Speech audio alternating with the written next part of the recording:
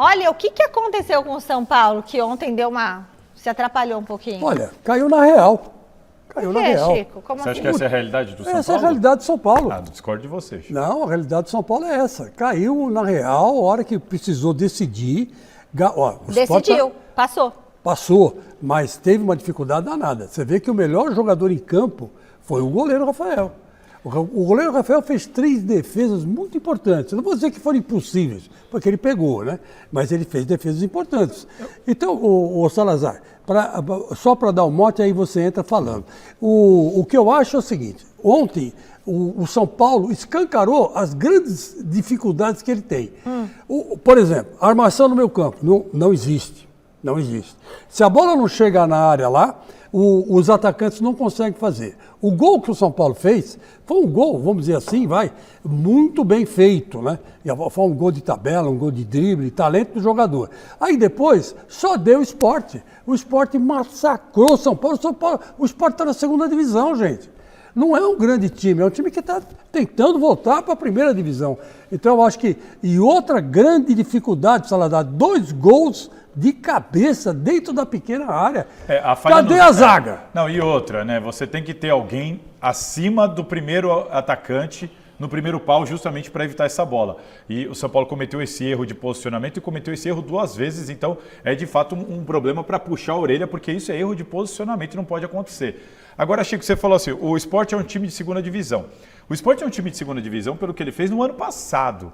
Porque neste ano o Sport tem feito uma campanha muito boa, se eu não me engano, é o time mais goleador do Brasil ou algo parecido com isso. Esse ano o Sport está muito bem.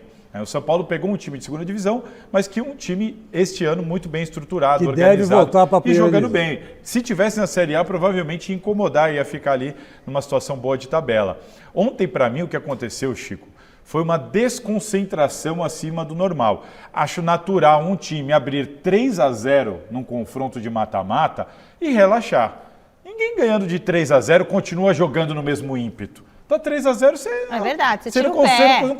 Você não continua correndo que nem um maluco, marcação alta. Não, tá 3-0. Então, o problema é... Só a seleção da Alemanha, 7-0. Uma coisa é você se poupar ganhando de 3-0, mas manter o controle do jogo. O problema é que o São Paulo se desconcentrou. Não é nem que relaxou, se desconcentrou. E aí, dentro dessa desconcentração, perdeu o controle do jogo e se desconcentrou tanto que tomou 2 gols em falha de posicionamento. Mas, ali Salazar, é posicionamento, tinha que ter um jogador ali que não estava lá. Mas, Salazar, o Dorival Júnior, ele entregou o ouro na primeira declaração que ele deu aí no VT. O que ele falou? O que ele falou?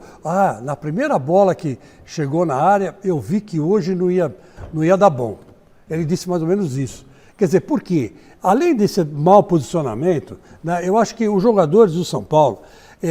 com 10 jogos seguidos de vitória, eles criaram uma expectativa, principalmente do lado não físico, que eles estão bem fisicamente, mas tecnicamente. Confiança demais. Essa entrega técnica, o São Paulo não tem, Salazar. Não tem essa entrega Esse problema técnica. da armação que o Chico falou, a gente cita aqui faz tempo. A Michelle, em algumas enquetes, perguntava: quem que você acha que tem que contratar? Precisa de um lateral? Eu sempre falava: precisa de um camisa 10, precisa de um meio armador. O São Paulo não tem esse jogador, não tem esse meio armador. Agora, para falar de coisa boa, já que o São Paulo conseguiu a classificação, que notícia boa o goleiro Rafael para o São Paulo. Né? Nossa, porque desde a aposentadoria do Rogério Ceni, eu fui setorista do São Paulo e percebi a pressão que era para os goleiros e nenhum deles vingava. O Rafael, de todos, é o que chegou popular, não custou caro como outros custaram e tudo mais. E ele tem sido um goleiro regular. Para mim, é o que eu falo sempre. O Volpi fazia milagres num jogo e no mesmo jogo falhava. Eu falo, não dá. Mas ontem precisa ser regular. Falando, o Rafael cai só para o mesmo lado. Mas, homem, uma coisa importante, presta atenção, Rafael. Além de ser regular, e ele tem sido regular, faltava saber se o Rafael ia ser um goleiro decisivo. E foi? E foi.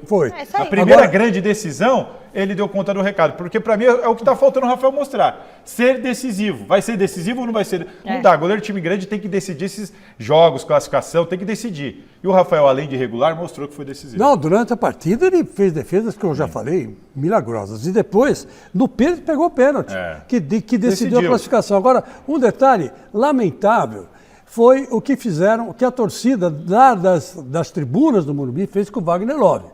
Isso não pode acontecer. O que O que fizeram aconteceu? com Wagner Love, ele acompanhou a delegação. Eu não sei por que ele não pôde jogar. Não sei se está machucado, ou não está inscrito, não sei. Aí ele foi para a tribuna. Chegou na tribuna, reconheceram o Wagner Love. Aqui colocaram ele num camarote no meio da torcida do São Paulo. O camarote também. no meio da torcida do São Paulo também. Ele não tinha que estar lá. Eu já cobrei do presidente de São Paulo essa burrada que colocaram o Wagner Love. Erraram o local. Não tinha que ter Erraram o colocado local. ele lá. A culpa não é nem dele. Não é nem dele. Aí o que aconteceu? 10, 15 caras foram pra cima do Wagner Love, xingaram o Wagner Love, teve que jogaram sair de coisa lá, teve nele. que sair de lá. E ele estava junto com o Fabinho. Né? E aí os dois saíram correndo de lá, não sei para onde foram. Quer dizer, isso aí não pode acontecer, né? Agora, por que fizeram isso com o Wagner Love?